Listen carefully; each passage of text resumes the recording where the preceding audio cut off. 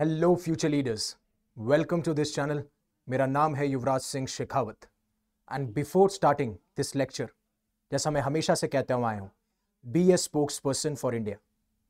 अब जो प्रियंका गांधी मैम है, यानी कि जो कांग्रेस की जनरल सेक्रेटरी हैं, उन्होंने स्लैम किया है, क्रिटिसाइज किया है और ब्लेम किया है नेतान्यू सरकार को कि जिस तरीके से वो जेनोसाइड यानी कि नरसंहार कर रहे हैं पैलेस्टीनियंस का। और ये स्टेटमेंट निकल के आया है जब आपको पता हो कि इजराइल और हमास का जो सीज फायर था उसको वो दोनों एक्सटेंड करने में नाकाम रहे। जितने भी मीडिएटर्स थे उन्होंने काफी कोशिश करी, चाहे वो कतर हो, सऊदी अरेबिया हो, यूएस हो।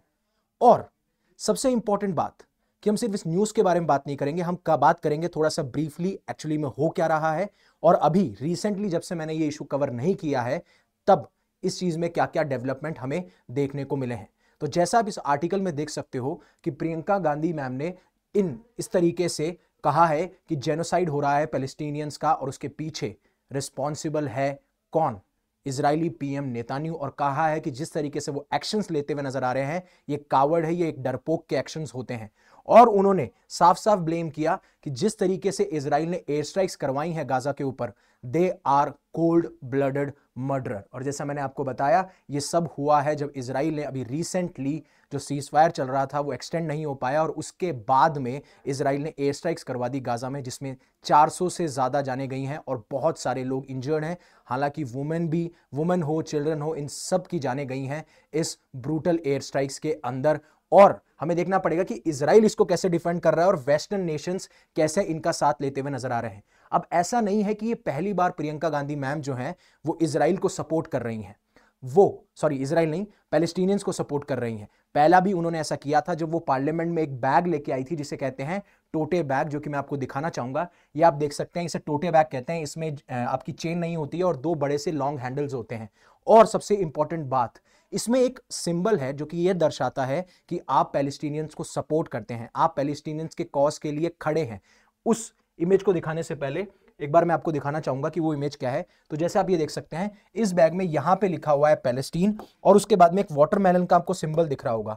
तो ये जो वाटरमेलन का सिंबल है ये दर्शाता है कि हम पैलेस्टीनियन कॉज के साथ में खड़े हैं, हम पैलेस्टीनियंस के साथ में हमेशा रहेंगे। और ऐसा उन्होंने बांग्लादेश के टाइम पे भी किया था। आपको पता है जब से इंटरिम गवर्नमेंट बनी है और जिसके हेड यूनुस हैं, वहां पे बांग्लादेशी जो हिंदूज हैं, जो क्रिश्चियंस हैं, उनको परसिक्यूट किया जा रहा है, उनके ऊपर अत्याचार किया जा रहा है। उस टाइम पे भी वो ऐसा एक टोटे बैग लेके आई थी जिसमें कहा था बांग्लादेश हिंदुओं और ईसाइयों के साथ खड़े रहे हैं हम, राइट? या फिर खड़े हो, आप स्टैंड दिखाओ। अब सबसे बड़ी बात है, उन्होंने ये कहा कि जिस तरीके से ये जेनोसाइड नरसंहार हो रहा है, राइट, चाहे से वो डॉक्टर्स हों, नर्सेज हों, जर्नलिस्ट हों, टीचर्स हों, सब के सब जो हैं, काफी सारे लोग इसमें अपनी जान गंवा रहे हैं और ये हमारे लिए अच्छी बात नहीं है। और हमारे पूरे जितने भी जो राइट थिंकिंग इंडिविजुअल्स हैं उनको खड़ा होना पड़ेगा, क्योंकि ये हमारी नैतिक जिम्मेदारी है, ये हमारी मॉरल रिस्पॉन्सिबिलिटी है। और स्पेशली वो इजरायली लोग जो कि बिलीव नहीं करते हेट्रेड में, नफरत में, यानी कि वायलेंस में। और हर एक गवर्नमेंट जो है इस जो वर्ल्ड के अंदर है उसको इजरायली गवर्नमेंट के जो एक्शंस हैं उनकी निंदा करनी चाहिए, उनको कंडेम करना चाहिए और कोशिश करनी चाहिए कि हम किस तरीके से ये जो नरसंहार हो रहा है इसको हम रोक सकते हैं। अब जैसा मैंने आपको बताया कि इजरायली एयर स्ट्राइक्स होती हैं जहां पे 400 प्लस लोगों मारे जाते हैं जब सीज फायर नहीं हो पाता। अब आपको पता होगा कि 19 मार्च को एक सीज फायर साइन हुआ था इजराइल और हमास वॉर के अंदर और इसमें 3 फेजेस के एग्रीमेंट हुए थे। पहले फेज में मोटा मोटा यह डिसाइड किया गया था कि जो इजरायली हैं वो एक तरफ से अपने पैलेस्टीनियन प्रिजनर्स को छोड़ेंगे और जो हमास है, जो एक मिलिटेंट ग्रुप है जिसको एक फॉरेन टेररिस्ट ऑर्गेनाइजेशन भी डिक्लेयर कर रखा है यूएस ने, वो अपनी तरफ से इजरायली हॉस्टेजेस को छोड़ेगा। और उसमें यह भी डिमांड थी कि धीरे धीरे इजरायली फोर्सेस विड्रॉ करेंगी, राइट? फिर दूसरा फेज होगा, दूसरे फेज में इजरायली फोर्सेस और विड्रॉ करेंगी और हॉस्टेजेस को छोड़ा जाएगा, ये बात हुई थी। लेकिन जो नेतान्याहू है, जो इजराइल के पीएम है, वो ये कहते हैं कि जो फर्स्ट फेज है उसको आप एक्सटेंड कीजिए, यानी कि उसी को एक्सटेंड कीजिए, आप दूसरे फेज पे अभी मत जाइए। आप हमास को कहा कि आप हमारे हॉस्टेजेस को रिलीज कर दीजिए। और उसके बीच में आपको देखने को मिला होगा कि किस तरीके से जो यूनाइटेड स्टेट्स के प्रेसिडेंट हैं उन्होंने डायरेक्टली भी इंटरवीन करने की कोशिश की थी, डायरेक्टली भी कॉल करने की कोशिश की थी हमास को, जो कि उन्होंने एक अपना जो स्टैंड हुआ करता था कि हम कभी भी एक फॉरेन टेररिस्ट ऑर्गेनाइजेशन के साथ में बात नहीं करेंगे, बट वो उससे बात करते हुए नजर आए। और उस टाइम पे इजराइल को यह भी लगा कि कहीं सीक्रेटली कोई टॉक तो नहीं हो रही है, कहीं जो अमेरिकन हॉस्टेजेस सिर्फ उन्हीं को छुड़ाने की बात तो नहीं हो रही है, लेकिन ऐसा नहीं हुआ। और आपको सबसे खास बात यह बताऊं, ये जो इजरायली एयर स्ट्राइक्स हुई हैं उससे पहले यूएस की परमिशन ली गई है, यूएस को इन्फॉर्म किया गया है इन एयर स्ट्राइक्स के बारे में, और अगर ये एयर स्ट्राइक्स हुई है तो यूएस ने कहीं ना कहीं सहमति दी है, कहीं ना कहीं परमिशन दी है। और ये चीज जो है वहां पे जो लोग रह रहे हैं, एटलीस्ट पैलेस्टीनियंस, क्योंकि ये जो स्ट्राइक्स की जाती हैं मोस्टली टारगेट तो बनाया जाता है हमास के लीडर्स को, हमास के टेररिस्ट को, बट इन एयर स्ट्राइक्स में जान जाती है नॉर्मल सिविलियंस की। इसलिए कहते हैं वॉर किसी के लिए भी कोई अच्छी चीज नहीं है, और ये कहते हुए नजर आते हैं। अब जब इजराइल ने ये हैवी एयर स्ट्राइक्स करी तो सबसे बड़ी बात है कि ये इनका पहला मेजर ऐसा ऑफेंसिव एयर स्ट्राइक्स थी। कब? जब से ये सीजफायर डील जो है वो नहीं हो पाई है, और इन्होंने मेजर मेजर सिटीज को टारगेट किया, जैसे कि आपकी राफा हो गई, खान यूनिस हो गई। अब ये ध्यान रखिएगा, ये एक मिडल एरिया है गाजा का, और ये नॉर्थ गाजा है, और ये आपकी गाजा सिटी है, राइट। ये चीज आप एक बार दिमाग में रखिएगा, ये मेजर मेजर सिटीज पे किया है। यूपीएससी में आपके मेजर सिटीज पूछे जा सकते हैं कि they were in news, belongs to which, right. ये सारी चीजें हमें देखने को मिली। अब बात ये है कि ये वॉर क्यों हो रही है, ब्रीफली उसके बारे में बात करेंगे। इजराइल ने कैसे इसको डिफेंड किया, और कैसे वेस्टर्न नेशंस यानी कि यूएस स्पेशली इसको डिफेंड करता हुआ नजर आ रहा है। लेकिन वहीं पे यूके ने कहा है कि आप इंटरनेशनल लॉ को वायलेट कर रहे हो। तो कैसे ये इंटरनेशनल लॉ को वायलेट कर रहे हैं, और हम देखेंगे कि प्रियंका गांधी ने अपनी पोस्ट पे क्या क्या कहा, और किस तरीके से इजराइल की गवर्नमेंट को वो कावर्ड कहते हुए नजर आते हैं, डरपोक कहते हुए नजर आते हैं। उससे पहले अनअकैडमी आपके लिए लेके आया है सिविल सर्विसेज चैंपियनशिप टेस्ट, जो कि होने वाली है 23 मार्च को, जिसमें कि आप 100% स्कॉलरशिप अवेल कर सकते हैं। और अगर आप जीतना चाहते हैं आईपीएल की box tickets, iPad, Samsung tablets and smart watch, तो आप अपने आप को, डिस्क्रिप्शन में आपको लिंक मिल जाएगा, उसमें आप अपने आप को एनरोल कर सकते हैं। वैसे ही हमारे बाकी सारे कोर्सेज पे अगर मान लीजिए आप सब्सक्रिप्शन, मान लीजिए आप स्कॉलरशिप नहीं जीत पाते हैं, तो फ्लैट 60% ऑफ आपको मिलेगा, जो कि आप अवेल कर सकते हैं मात्र 22,999 के अंदर, जहां पे आपको हमने GS plus CSAT plus test series है, और ये सारे बैचेस हैं। नीव 2028 में मैं साइंस एंड टेक और एनवायरमेंट की एनसीईआरटीज करा चुका हूं 6 to 12, आपको उसके अलावा पढ़ने की जरूरत नहीं है। और अभी मैं इकोनॉमिक्स की एनसीईआरटी करा रहा हूं। अब एक बैच में एनरोल होते हैं तो आपको बाकी सारे बैचेस का फायदा मिलता है। तो अगर आप अपनी तैयारी को और जल्दी कंप्लीट करना चाहते हैं तो इन बैचेस के साथ में जुड़ सकते हैं। अब आपको मैं एक बार ब्रीफली बता देता हूं, जो मेरे पुराने व्यूअर्स हैं वो इसको स्किप कर सकते हैं, बट जो लोग अभी नए हैं मैं उनको बताना चाहता हूं कि हो क्या रहा है। अब होता यह है कि मैंने पहले भी कवर किया है, मैं उसको ब्रीफली कवर करता हूं, कि जो गाजा पट्टी है, राइट, ये जो गाजा स्ट्रिप है, इसके ऊपर हमास रूल करता है। हमास ने जो पैलेस्टीनियन अथॉरिटी थी उसको 2007 में रिप्लेस करके यहां पे वो अभी रूल कर रहा है। और हमास क्या करता है, इजरायली डिफेंस फोर्सेस पे अटैक कर देता है। और इजरायली डिफेंस फोर्सेस ने यह भी कहा था कि हम नाकाम रहे, हमारी इंटेलिजेंस नाकाम रही, हम फेल रहे, जिस तरीके से हमारे ऊपर अक्टूबर 7 को अटैक होता है। और उसके बाद में काफी दोनों तरफ से, कभी हमास एयर स्ट्राइक कर रहा है, कभी हमास अटैक कर रहा है, कभी इजराइल अटैक कर रहा है, ये सारी चीजें हमें देखने को मिलती थी। अब हमास एक मिलिटेंट ग्रुप है जिसको बैकिंग मिलती है ईरान की, राइट, और ईरान इनको सप्लाई करता है सारे आर्म्स, अम्यूनेशन। जैसा अभी आप देख पा रहे होंगे कि यमन में जो हाउदीज हैं उनको भी सपोर्ट करता है ईरान, और लेबनान में जो हिजबुल्लाह है उनको भी सपोर्ट करता है ईरान। और ईरान का एक एक्सिस ऑफ रेजिस्टेंस है जिसका मकसद ये है कि कैसे यूएस और उनके एलाइज का इन्फ्लुएंस को काउंटर किया जाए। ये सारे काम यहां पे हो रहे हैं। अब ये वॉर लगभग 15 महीने से ज्यादा चल चुकी थी, उसके बाद में सीजफायर होता है, और सीजफायर के बाद में मैंने आपको जैसे बताया कि एक सीजफायर जो हुआ था, सीजफायर डील में 3 फेजेस की बात की जाती है, जिसका पहला फेज था, पहले फेज को एक्सटेंड करना इजराइल बोल रहा था, हमास बोल रहा था आप सेकंड फेज में चले जाइए, और उसके बाद में इजराइल जो है अटैक कर देता है हमास के ऊपर, यानी कि गाजा पट्टी के ऊपर। और ये सारी सिचुएशन हमें देखने को मिलती है। तो यहां तक आपको चीज क्लियर होगी। अब देखिए, इजराइल का एक मकसद है कि वो हमास को कंप्लीटली एलिमिनेट करना चाहते हैं। वो ये चाहते हैं कि हम इनको कंप्लीटली एलिमिनेट कर दें।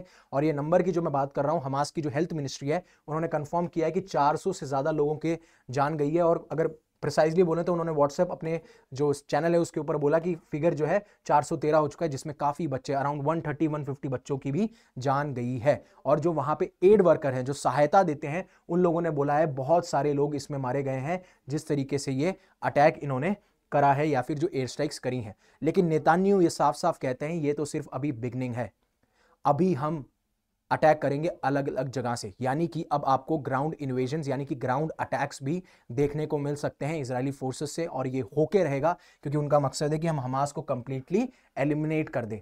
तो अब इस पे प्रियंका गांधी मैम का एक पोस्ट आता है और वो ये कहती हैं कि ये जो एक्शंस इजराइल कर रहा है ये उनकी कमजोरी को दिखाता है, जो उनकी अंदरूनी कमजोरी है, इनहेरेंट वीकनेस है, उसको दिखाता है, या फिर उनकी इनेबिलिटी जिससे कि वो सच का सामना नहीं कर पा रहे।